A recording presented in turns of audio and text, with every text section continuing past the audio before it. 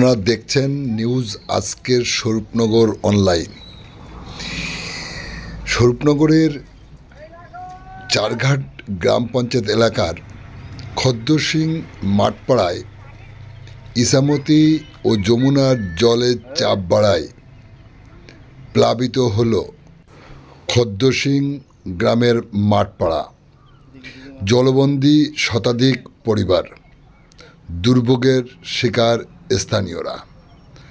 আপনারা দেখছেন সেই সময়ের বিশেষ মুহূর্তের ধারণকৃত ভিডিও চিত্র। আমাদের সাথে থাকুন, দেখতে থাকুন।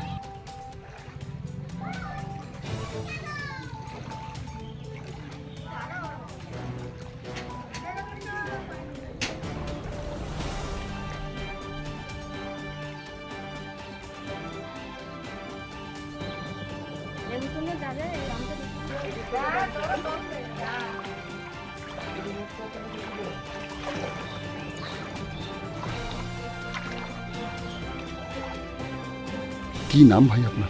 ফারুকুদ্দিন মোল্লা। এই জায়গাটার নাম খদ্দসিং গ্রাম, কোন গ্রাম পঞ্চায়েত? চারঘাট। চারঘাট। এই যে বাড়ির সামনে হাঁটু সমান জল, কতদিন এরকম হয়েছে? এইটা প্রায় 20-25 দিন হচ্ছে। এভাবে আছেন এখানে? এইভাবে আছে, এখনো 20-25 দিন থাকবে।